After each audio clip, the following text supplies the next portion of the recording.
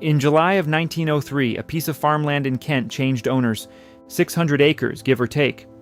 A working farm with tenants on it 30 miles south of London, in a valley that flooded most winters. At the center of the land stood a stone building with a moat around it. A portcullis hung in the gatehouse, and it still went up and down. The building had a name, and most educated people in England knew it. Anne Boleyn spent her childhood there. Henry VIII rode out from London to court her in those rooms. By 1903, the family who held the freehold had given up trying to live in the place and had let it out to farmers. The man who bought it was American. He had left the United States 12 years earlier and had made his reasons public. In his view, the country had stopped having room for gentlemen. When his father died, he inherited a fortune that put him second in America only to Rockefeller. One English country house was already his. A stone office built to his own instructions stood beside the Thames. Over the next 5 years, he would move a river. I should say at the outset what this is actually a story about, because the obvious version is not the interesting one. The obvious version is an American with too much money buying somebody else's past. That version is not wrong. But something came into his possession with the house that nobody cataloged properly. A small book. It had been written in by a woman shortly before she was executed for treason. After that, it passed through 3.5 centuries of hands, and the people who held it took care to scratch out their own names. He bought that too. Nobody looked at it closely for another 118 years. Chapter 1. The Farmhouse with a Portcullis. The Meade-Waldo family had held Havre since 1749 and had never especially wanted it. By the middle of the following century, one of them made the arrangement official. He turned the castle into a working farmhouse and put tenant farmers in it. That was not vandalism. It was arithmetic. A moated stone building in a wet valley, on land with no road worth the name. It was worth more as a farm than as a seat. So it became a farm. Hay in the outbuildings. A tenant family, sleeping in rooms where a Queen of England had slept. 2 centuries of that does something to a building. The moat, which had once been the entire point of the place, turned into the main problem. In wet weather, it stood higher than the inner courtyard, and water came up through the stone and into the walls. When the River Eden rose, and in that valley it rose most winters, the courtyard flooded. Rain came through the roof in several places. A large 15th century chimney is said to have collapsed inward on the northeast corner at some point during the 1800s. None of this was dramatic. It was slow, and it was cheaper to ignore than to repair, so it was ignored.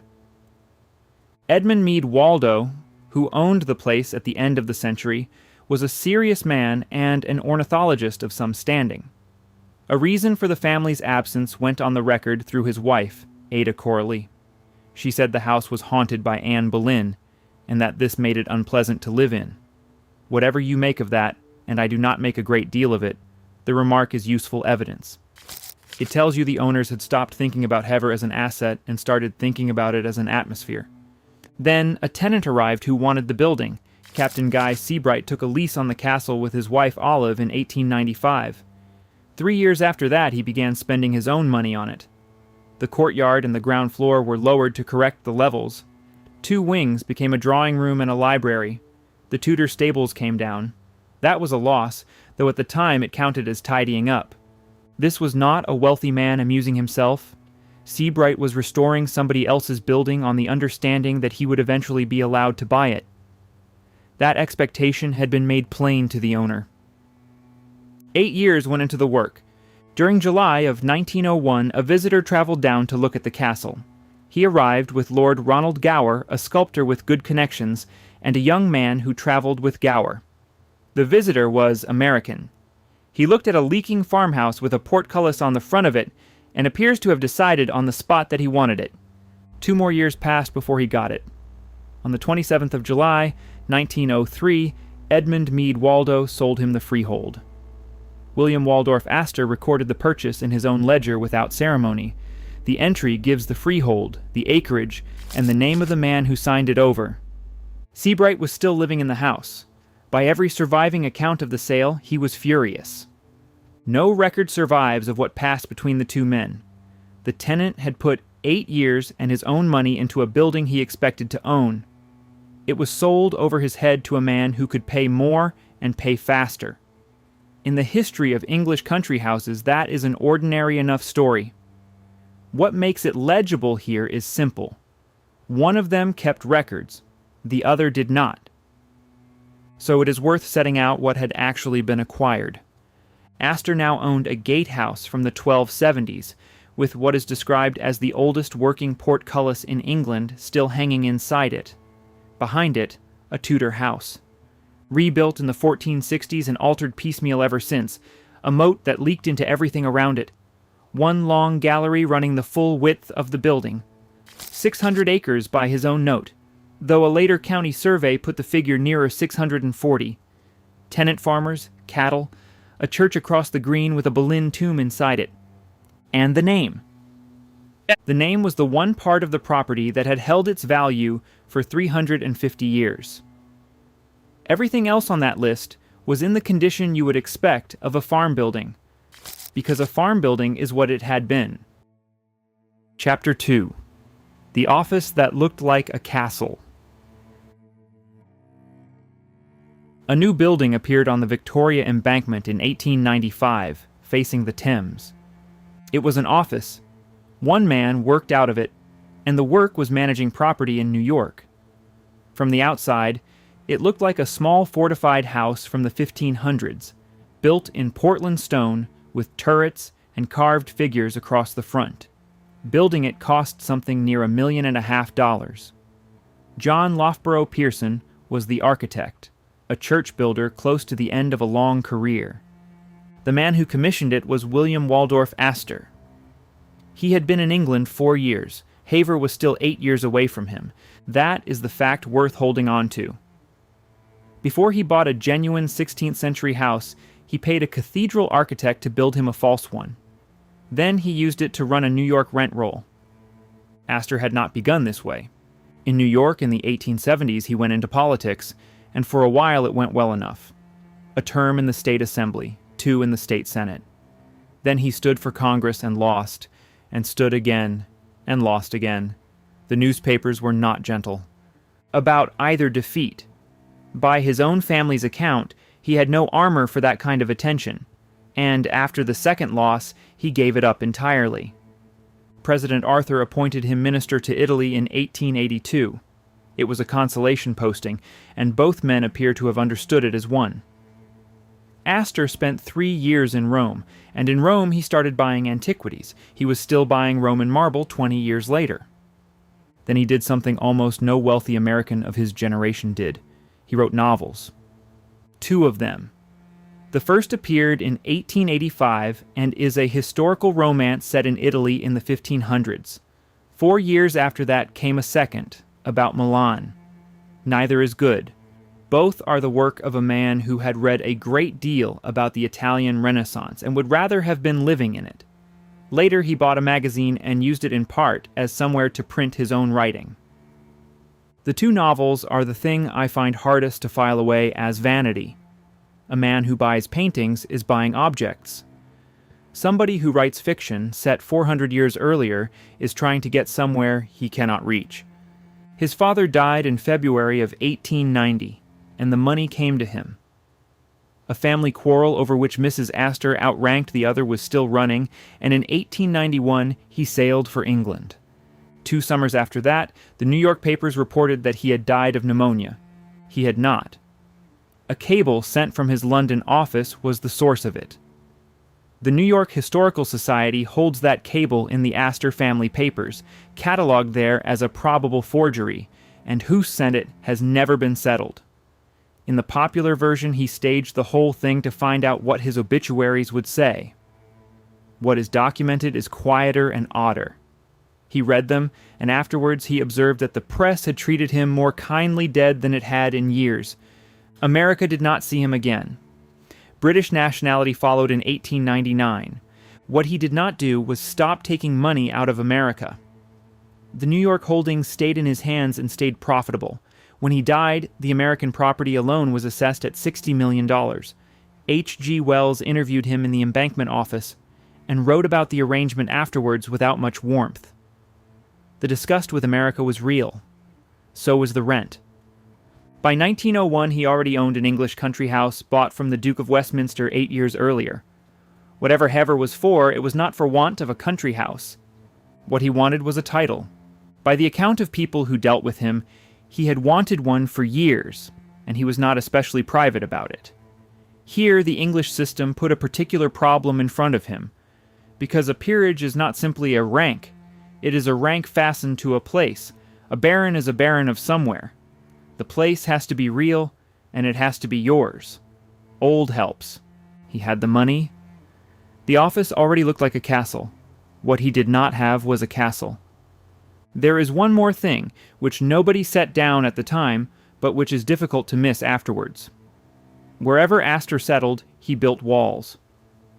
Neighbors at his house in Brighton made a joke of it, and turned Waldorf into walled off. In Kent, there stood a building already ringed by water on all four sides, and the water was the very reason nobody else wanted it. Chapter 3: The 8 Years. The man who put the Boleyns into Hever sold cloth for a living. Geoffrey Boleyn made his money in London trading fine fabric, and he was good enough at it to end up Lord Mayor of the city. Hever came to him in 1462. He died the following year, so there was almost no time to enjoy it, but the thing that mattered had been done. A defensive building had been turned into somewhere a family could live, with a comfortable Tudor house set inside the old walls. That is how the Boleyns operated. They bought upward. Geoffrey's son William served as sheriff in Kent and later in Norfolk and Suffolk. He married a daughter of the Butler family, which carried an Irish earldom behind it. William's son Thomas married Elizabeth Howard, whose father would become Duke of Norfolk. Inside 3 generations, a family of London tradesmen had married into the top of the English nobility. When William died in October of 1505, Thomas inherited Hever and brought his household down from Norfolk. That move deserves a moment, because it was not sentimental. There was a house at Blickling in Norfolk, and they had this one in Kent. Kent put them 30 miles from the capital. Norfolk put them well over 100. A man building a career at court needed to be reachable, and Thomas Boleyn was building a career at court. 3 of his children survived infancy: Mary, born around 1499, Anne, and George, born around 1504. 2 other sons died young. I have seen it written in more than one place that Anne Boleyn was born at Hever. She was not. The family was still in Norfolk when she arrived, and Blickling is the likely place, although even that is an inference rather than a record. Which brings us to the argument historians have been having for a century. Nobody knows what year she was born. There are 2 positions. Eric Ives argued for around 1501. Ratha Warnica argued for around 1507. Both are serious scholars, and neither case is foolish. The strongest evidence on the earlier side is a letter Anne wrote to her father in French, soon after she reached the continent. In 1981, an art historian named Hugh Paget examined that letter and made the obvious point about it. No child of 6 writes that. A girl of 12 might. 6 years is not a small margin in a life that ran to 35 years at the outside. It changes how old she was when her father put her on a ship, and it changes how we read almost everything she did afterwards. That is the state of the record for a woman written about continuously for 500 years. It should tell you what to expect from the rest of her childhood. There is nothing. No household accounts survive from Hever for those years, nothing written from the house. What was in the rooms was never inventoried. We can say she was there because the family was there, and we can say roughly for how long. Everything else written about Anne Boleyn's childhood is reconstruction, borrowed from other houses of the same rank in the same decade. What we can be reasonably confident about is the education, because of what came out the other end. French she read and wrote well enough to correspond in. Her dancing and her music were good enough to be remarked on at 2 European courts. That does not happen by accident. Somebody paid for it. In 1513, her father sent her to Mechelen, in what is now Belgium, into the household of Margaret of Austria. Why Mechlin, and why then? The answer has nothing to do with anybody spotting a spark in her. Thomas Boleyn was a diplomat with unusually good French, which made him useful to Henry VIII abroad. He had built the connections needed to place a daughter in a first-rank European household, so he used them. What happened to Anne at 12 was a career move made on a child's behalf. She did not come back for years. From Mechlin she went on to France, traveling with the king's sister, who was being married off to Louis XII. Louis died a few months after the wedding. Anne stayed on in the household of the new queen and remained in France for something like 7 years. So the arithmetic on Haver comes out like this. She lived there as a child from the age of about 4, or from infancy, depending on which historian you follow. Then she was sent away at around 12. Call it 8 years in all. 3 books survive anywhere in the world carrying Anne Boleyn's own handwriting. 2 of them are at Haver. Neither of them can be placed in that house while she was a child there. Chapter 4, 17 Letters. In a library in Rome, there are 17 letters written by a king of England to a woman who was not his wife. They carry no dates. 8 are in English and 9 in French, and every one of them is in Henry VIII's own hand. Several were sent to Haver. Nobody has established how they reached the Vatican. Most likely they were taken from Anne and passed to Rome as evidence. The king was asking the Pope to end his first marriage at the time, and letters like these were exactly what his opponents needed. Her side of it does not survive. Not one letter. So everything written about what Anne Boleyn wanted during these years is assembled out of half an exchange. The surviving half belongs to the man doing the asking. There is an obvious thing about these letters that I did not see for a long time. All 17 were written to somewhere else. Circumstance was not keeping him from her. He was writing to somebody who kept leaving. Anne had come back from France around 1521, after most of a decade abroad, and entered the household of Catherine of Aragon as a maid of honor. What made her conspicuous at the English court was France. French clothes, French manners, French conversation. Her father's investment had paid. Then she attached herself to Henry Percy. Percy was heir to the earldom of Northumberland and served in Cardinal Wolsey's household, which is how the two of them met. They reached an understanding that both appear to have treated as binding. Wolsey broke it, acting on the king's instructions, and Percy was married off elsewhere. Anne was sent home to Haver. Hold on to that because it defines what the house was for in this decade. She had not chosen it. Somebody else had sent her there. By about 1526, the king had begun in earnest. What he was asking for, on the terms these arrangements usually took, was that she become his mistress. She declined. That refusal is the hinge of the entire story, and it gets flattened in most retellings. Usually it is presented as a tactic. A woman holding out for a better offer. That may be what it was. It may also have been a woman who had watched the English court at close range and understood precisely what became of royal mistresses once a king lost interest. Both readings are available. Nobody can get inside it. The consequence is documented. She went back to Kent, repeatedly, for months at a time, and he wrote. Henry disliked writing letters. He kept secretaries for the purpose and used them. 17 surviving letters in his own hand, to one person across roughly 2 years, has no parallel anywhere else in his life. Whatever else was going on, the man was not delegating this. They are not smooth documents. Twice he complains that he cannot make out her meaning. There are requests to be told where he stands. In at least one of them, he drew her initials inside a heart, in the manner of a boy carving a desk. England was ruled by a man who wrote letters to Kent and then waited for the post. In January of 1527, while she was at Haver, Anne appears to have made her decision and accepted him. No document records the moment. It is an inference. Drawn by a curator at the castle from what happens next, and the reasoning matters more than the conclusion. The tone of the letters changes. The following summer brought the sweating sickness. It was a fast disease and a terrifying one, and the fear it produced was rational. People were reported well in the morning and dead the same evening. When it moved through the court in 1528, Anne left London for Hever. Then she caught it. The king's response is on the record and worth taking plainly. Henry went in the other direction to Waltham Abbey and kept moving as the outbreak followed him around the country.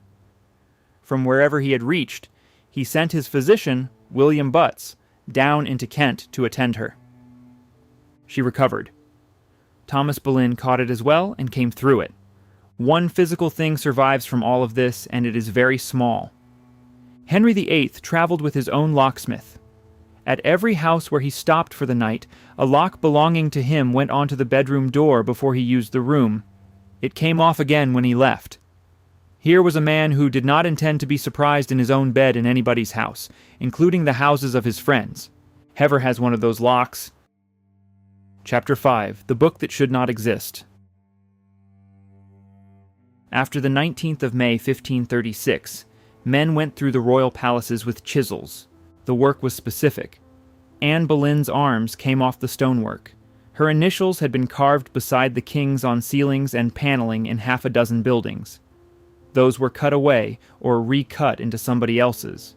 A badge went too, a white falcon wearing a crown and standing on a tree stump.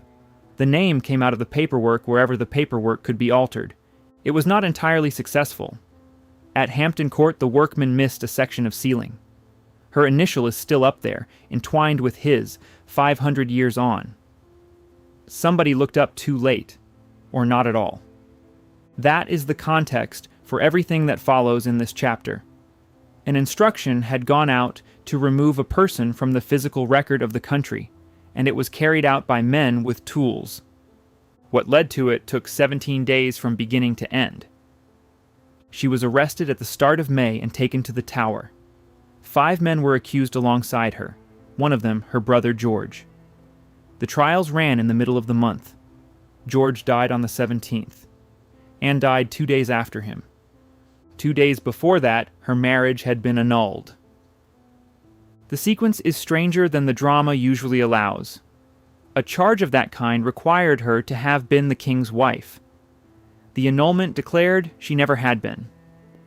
Both things were made true within 48 hours of each other, and the daughter of the marriage, Elizabeth, was declared illegitimate.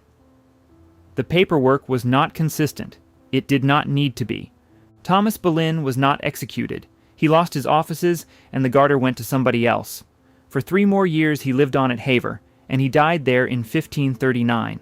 They buried him at St. Peter's, a short walk from his own gatehouse, under a brass set into the floor.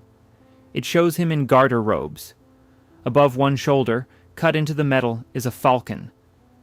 Whoever commissioned that brass put his executed daughter's badge on his tomb, 3 years after the chisels had gone round, in the one building nobody thought to inspect. That leaves the books. Anne owned books and used them. Books of hours were the commonest sort of private religious book in Europe at the time. Prayers laid out by the hour of the day, illustrated, by hand, made to be owned rather than borrowed. Somebody of her rank might have several. One of hers was a small manuscript made in Bruges around 1450, the sort of object that gets handed down. Underneath a picture of the Last Judgment, she wrote a line asking whoever held it to remember her in their prayers, and she signed her name. Tradition says she gave it away at the end, to one of the women attending her. That cannot be verified. What can be established is that the book left her hands and then went missing from the record for a very long time. Holding it was not a neutral act. Possessing an object signed by a woman convicted of treason in the years when her name was being cut out of ceilings carried a risk that anybody would have understood. I had read about this book for years, without ever hearing the part that follows. In 2021, a young woman named Kate McCaffrey was working at Hever and studying for a master's degree. She borrowed an industrial ultraviolet lamp, carried it into the darkest room in the castle, and turned it on the pages. Writing came up out of the paper that nobody had seen in centuries. 3 books in the world carry Anne Boleyn's handwriting. This is the one that turned out to carry other people's as well. There were names: Gage, West, Shirley. All 3 arranged around a 4th family, Guilford. Every one of them was Kentish, and everyone was tied to the others by marriage. The group was overwhelmingly female. Her conclusion, drawn from the hands and from the relationships between them, is that the book traveled along a chain of women, daughter to mother, sister to niece. They had not merely kept it safe. Each woman added something of her own next to Anne's line before passing it on. Somebody rubbed the names out later. Most likely that happened in the 19th century, when cleaning marginalia out of old books became fashionable. The aim was to return them to some supposed original state. Somebody with a good intention and a bad instinct erased the only surviving evidence of who had protected it. Under the lamp, they came back. 4 families in Kent who kept a dead woman's book for as long as it was dangerous to keep it. Chapter 6. The Wife Who Actually Built It. Heaver's most photographed room was probably not built by the family the house is famous for. It runs from one end of the upper floor to the other, paneled, with a ceiling worked in plaster. Visitors are shown it as the place where the Boleyns walked. The dating, long given, was about 1506. That puts the work in Thomas Boleyn's hands within a year of his inheriting. The castle commissioned the architectural historian Simon Thurley to examine the fabric.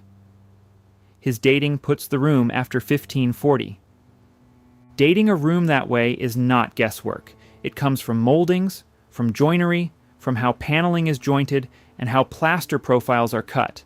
All of those shift decade by decade, and each one can be checked against dated work elsewhere. Thomas Boleyn was dead by 1540. So was Anne. The person holding Hever that year was a woman from Dusseldorf, who had been Queen of England for 6 months.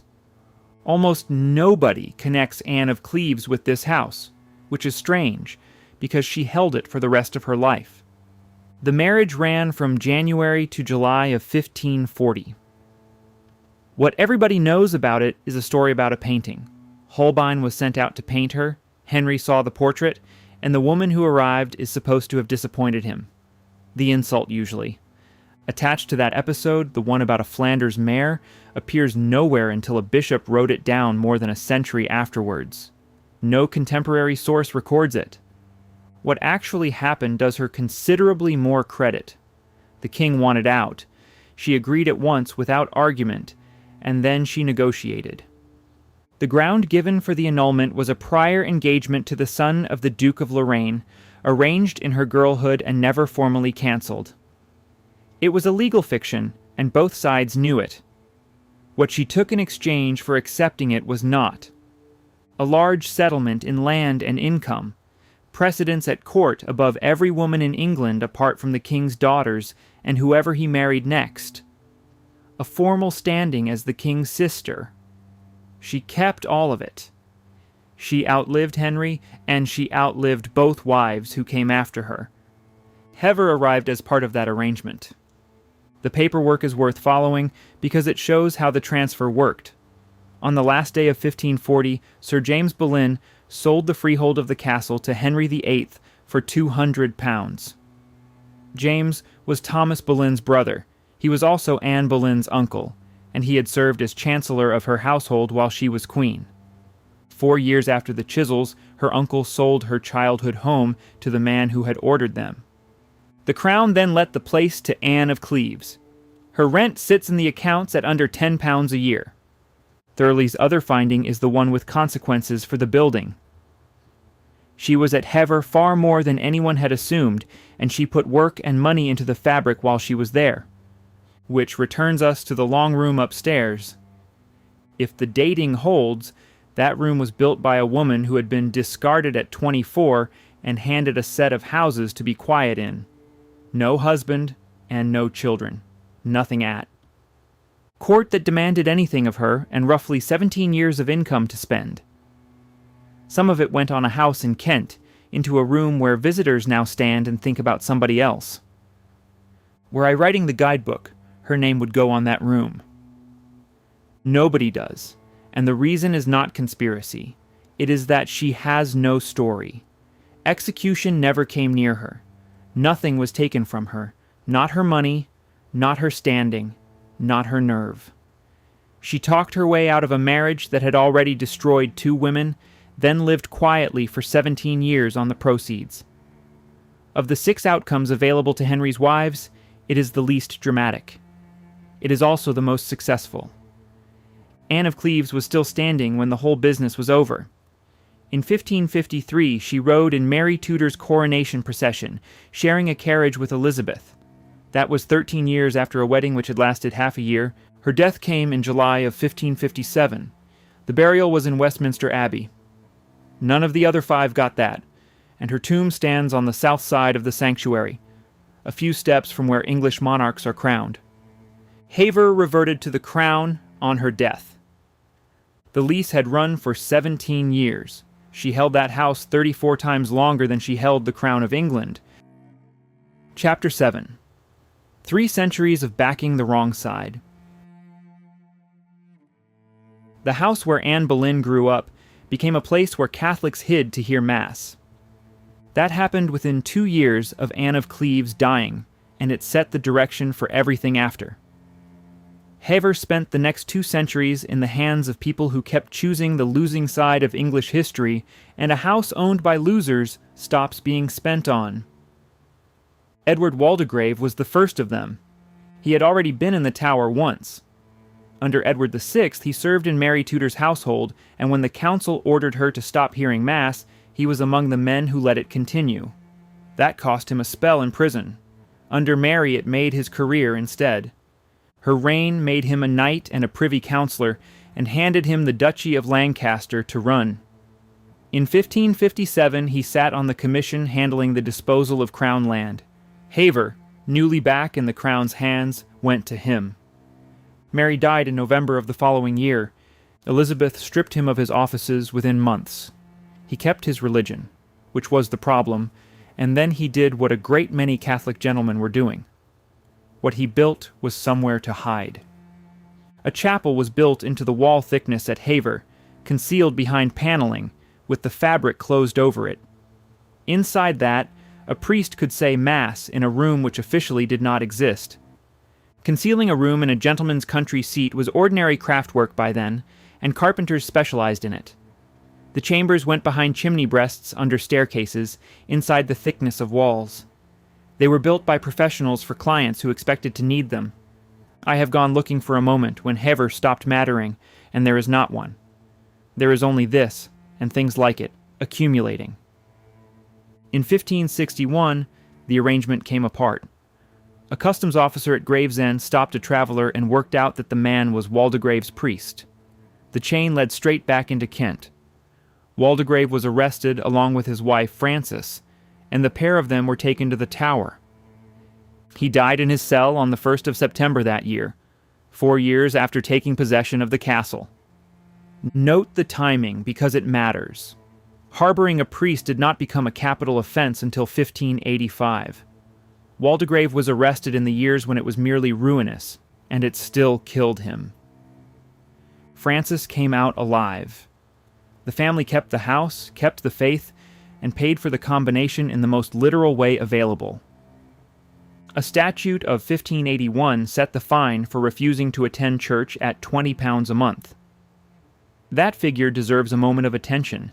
It could swallow a gentry family's entire annual income, and it was levied month after month, year after year, on people who saw no way to comply. English Catholic families were quietly bankrupted by that arithmetic across 3 reigns. The Waldegraves were among them. Then came the Civil War, and they backed the king. The king lost. Royalist estates were sequestered, and their owners compounded, which meant buying their own land back from Parliament at a price Parliament set. 2 ruinous positions inside 100 years, taken by one family in one house. By the early 1700s, they were finished with it.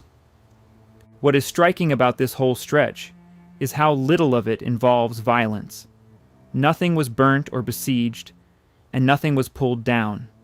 Hever was not destroyed, it was only ever underfunded, and a stone house left alone for 2 centuries does not stay the same. A second consequence follows from that, and it is the one that matters later. Nearly every seat of that rank in Kent was rebuilt at least once between 1560 and 1750. Sash windows went in, wings were added, fronts were classicized in whatever taste was current. At Haver, almost none of that happened, because nobody who owned it could afford to improve it. The Tudor work survived by default. In 1715, the Waldegraves sold. The buyer was Sir William Humphreys, a baronet who had just finished a year as Lord Mayor of London. He was no Catholic, and he was on nobody's losing side.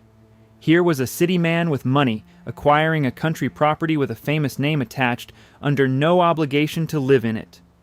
From him, it passed by marriage to the family that would still hold the freehold, when a visitor came down from London in 1901 and found it leaking.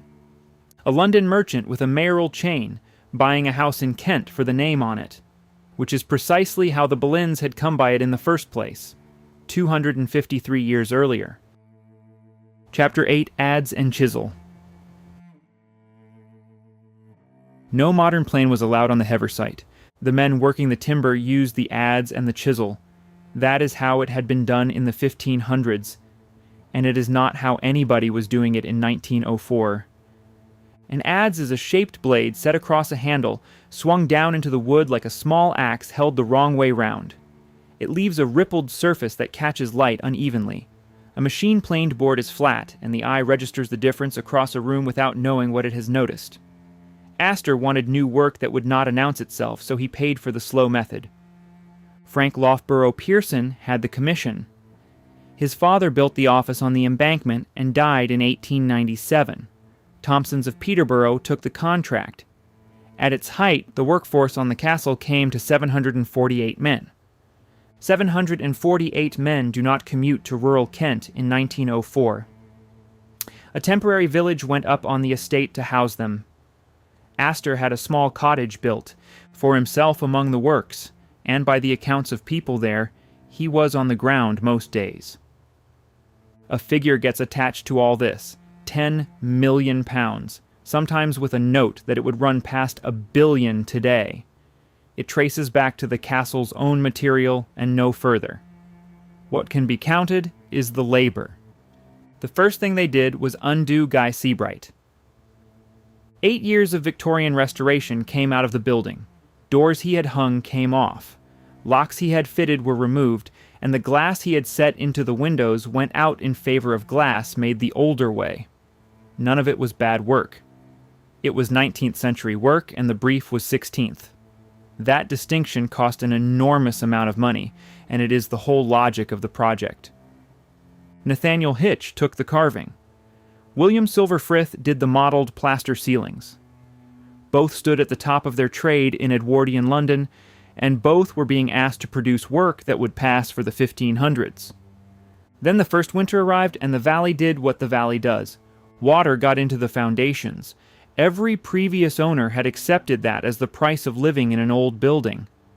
Pearson engineered a tiled cellar underneath instead, sealed, to carry the water away from the fabric. That is the moment the project stops being restoration and turns into something else. What went in behind the paneling belonged entirely to its own century. Central heating throughout the house, a private water supply, and a firefighting system in a building that had spent 400 years with neither. There was also a power station. Rural Kent had no electricity supply in 1905, so anybody who wanted lights generated them himself, and Astor built the plant to do it. Here is the part that took longest to understand. The castle was not the problem. Thanks to 2 centuries of owners who could not afford to improve it, most of the Tudor building was still standing and still Tudor. What the castle was small. It held perhaps 20 usable rooms, and a man in Astor's position was expected to put up shooting parties and weekend guests in numbers the place could not take. So he built a village. The Astor wing went up between 1904 and 1907 on the far side of the moat. Brick and stone below, timber framing above, arranged to read as a cluster of cottages that had accumulated next to a castle over generations. Inside, it is one building containing more than 100 rooms. A covered bridge links it to the house. The design solves a specific problem. A single large annex would have loomed over the castle and exposed it for what it was, a small old building with a big new extension bolted on. Breaking the mass into apparent cottages hides the scale completely. I came into this assuming the Tudor village was Tudor. Most people do, which is rather the point. Stand in the courtyard now, and the genuinely ancient thing in front of you is the small, awkward, much-altered house that nobody had wanted for 200 years. The convincing, obviously old village behind you was finished in 1907 by men who had been told not to use planes. Astor got what he paid for. The deception is complete, and it is also, in its way, honest, because every joint in it was cut the way a Tudor joint was cut. Nothing was faked. It was made new, correctly, 400 years late. A little over 3 years after signing for the freehold, in October of 1906, William Waldorf Astor slept in the house for the first time. Chapter 9, 800 Men and a River. The contract was signed in December of 1904, and it contained a clause about Sundays. 800 men would work the ground at Hever. They would work by day and through the night, on every day of the week but that one. The whole thing was to be finished inside 2 years.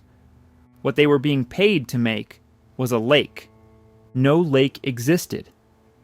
Below the castle on the south side lay low meadow, running down towards a stream. It was wet most of the year and under water for part of it. Astor wanted 40 acres of open water on that ground, or thereabouts. Hever gives the figure as 38 acres.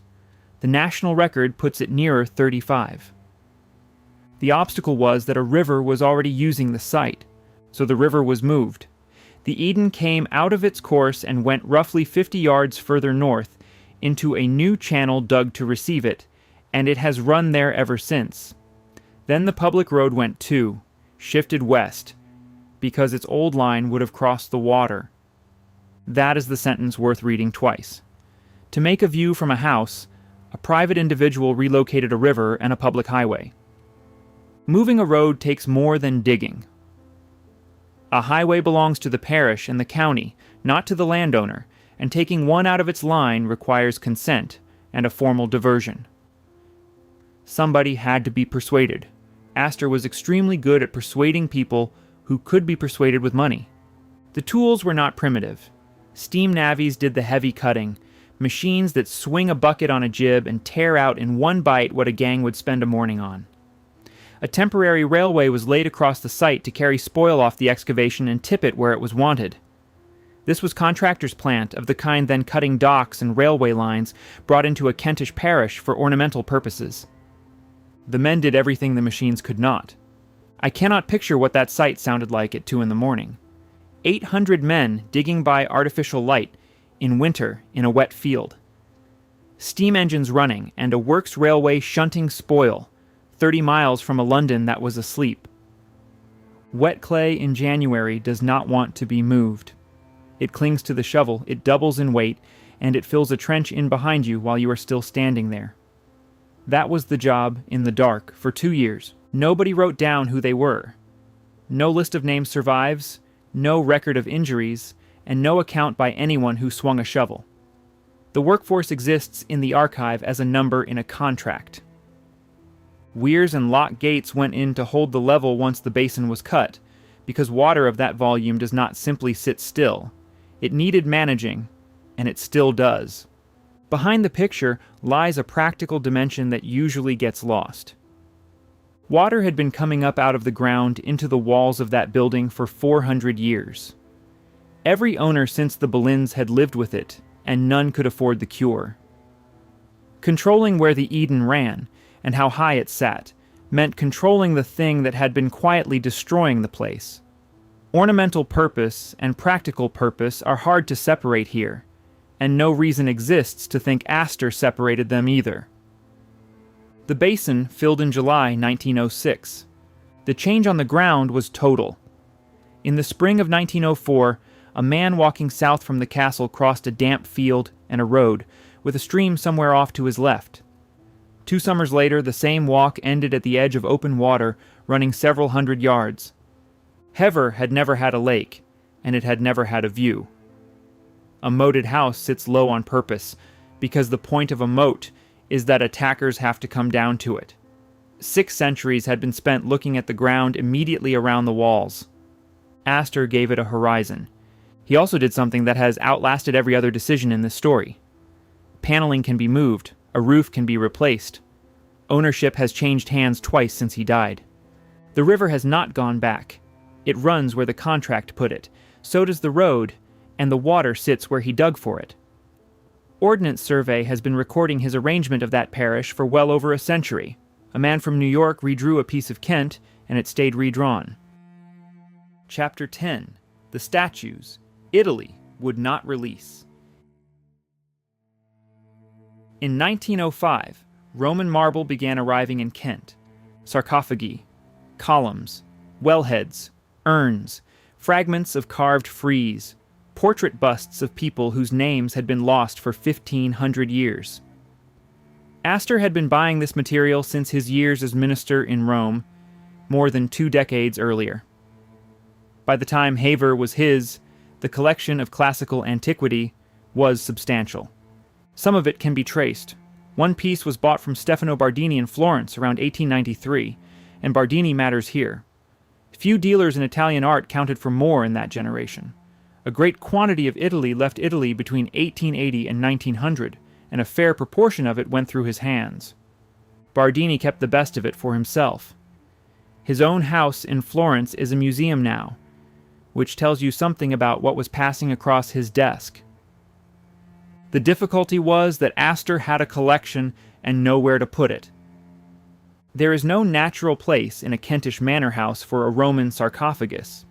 So, rather than fit the marble into the estate, he built an estate around the marble. In 1903, he sent Joseph Chiel, the landscape contractor who would carry out the work, to Italy. Chiel went to see what his client had been describing to him. In particular, he went to the Villa d'Este at Tivoli. A wall of 100 small fountains runs the length of a terrace there, and water is handled as a building material.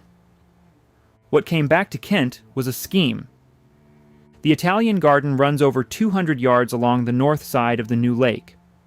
Sandstone walls about 13 feet high enclose it. One entire side is given over to alcoves and grottos cut into that stonework, and each opening was built to hold a particular object. Read that the right way round. The wall was not decorated with sculpture afterwards. It is a container, designed after the collection existed, to the measurements of the pieces going into it. At the far end, where the ground meets the water, sit a loggia and a fountain. They are positioned so that the whole length of the garden delivers you to a view of a lake that had not existed 3 years earlier. Around 1,000 men worked on the gardens across the 4 years to 1908. That is not a gardening figure. It means soil moved by the ton, walls built, and mature trees brought in and planted. A long pergola went up over a walk that had to be cut out of the ground first. He also laid out a walled Tudor garden, planted to a 16th century scheme, and named it after Anne Boleyn. That garden is exactly as old as the Italian one. Then Rome said no. Astor had bought a balustrade from the Villa Borghese, a long run of carved stonework of the kind that edges a terrace. Standing on it were antique statues. He tried to buy those as well. He had the money for them, and the Italian authorities refused to let them leave the country. The balustrade came to Kent. Its statues stayed in Rome. I have some sympathy with the Italian position, and it deserves stating plainly rather than being left as atmosphere. A foreign buyer had spent 20 years removing pieces of the country's classical inheritance. He had done it legally, at prices no Italian institution could match. Somebody in an office in Rome eventually drew a line around a specific set of objects and held it.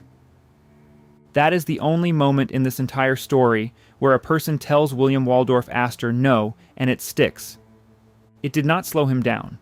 What could not be bought was replaced, the garden was finished without the pieces he had wanted, and unless you know the story you cannot see the gap. That is how these refusals usually end. Timing is the part that deserves attention. Italy passed its first national law protecting antiquities in 1902, and a considerably stronger one 7 years after that. Astor was buying across exactly those years, in the closing window, while the rules were being written around him. The Borghese statues were an early application of a principle that would shortly cover almost everything else he owned. Walk that garden today and you are looking at a legal collection. Every object in it left Italy under the law as it stood at the time. The law did not stand still. 20 years later, most of what stands in those alcoves could not have been moved at all, and the men who assembled it were not being careless or criminal. They were being quick. What he never knew, he bought to... The gardens were finished in 1908, 5 years after the purchase. What Astor had by then was a Tudor castle in working order. 100 rooms of new building that read as 4 centuries old, 40 acres of water where a wet field had been, and a garden full of Rome. Then, in 1916, he got the rest of what he was after. The barony came first. Astor of Hever Castle in 1916, and 12 months after that, a viscountcy. Note the wording of that barony, because it is the point of everything you have just heard. The house's name became his name. That was the one asset on the property which had never lost its value, and he put it on. Not everybody approved. Honors were being distributed during a war in ways that many people found hard to defend. A rich American had arrived a quarter of a century earlier and was now being raised to the peerage in wartime. To a good number of people that looked like a purchase rather than a recognition. That reading followed him into his obituaries. He died on the 18th of October, 1919, in Brighton, heart failure, in the lavatory, on his own. Cliveden had already gone to his elder son. Hever went to the younger, John Jacob, who had served on the Western Front and come home without his right leg. He had not chosen the house and he had not built it. He inherited a place designed around one man's idea of himself, and he kept it running. The family held it for 64 years. What finished them was water, which had been the problem at Hever since the 1200s. Floods went through the estate in 68.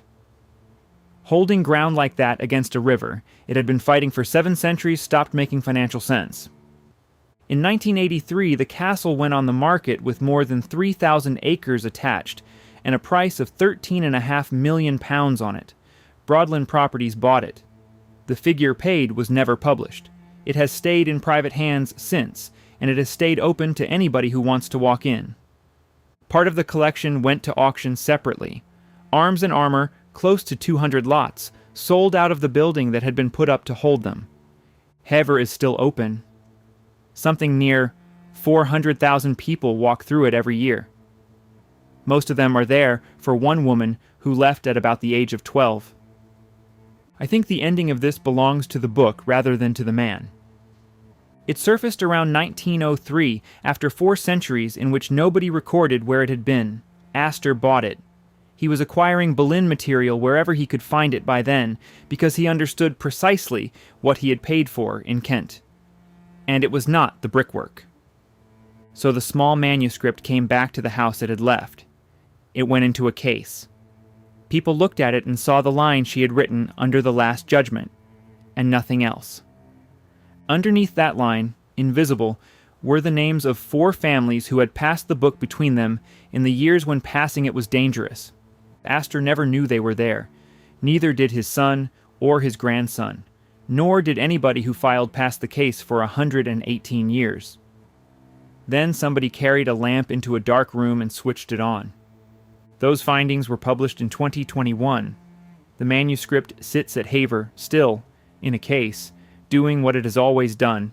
What has changed is that the label beside it can now tell you who kept it alive. He spent half a decade and an unrecorded fortune on something that would carry his name forward. The title lasted him 3 years. The book had been carrying names for nearly 400, and nobody ever told him it was doing it. Running total, 9,047 words. Approximately 62 minutes at narration pace.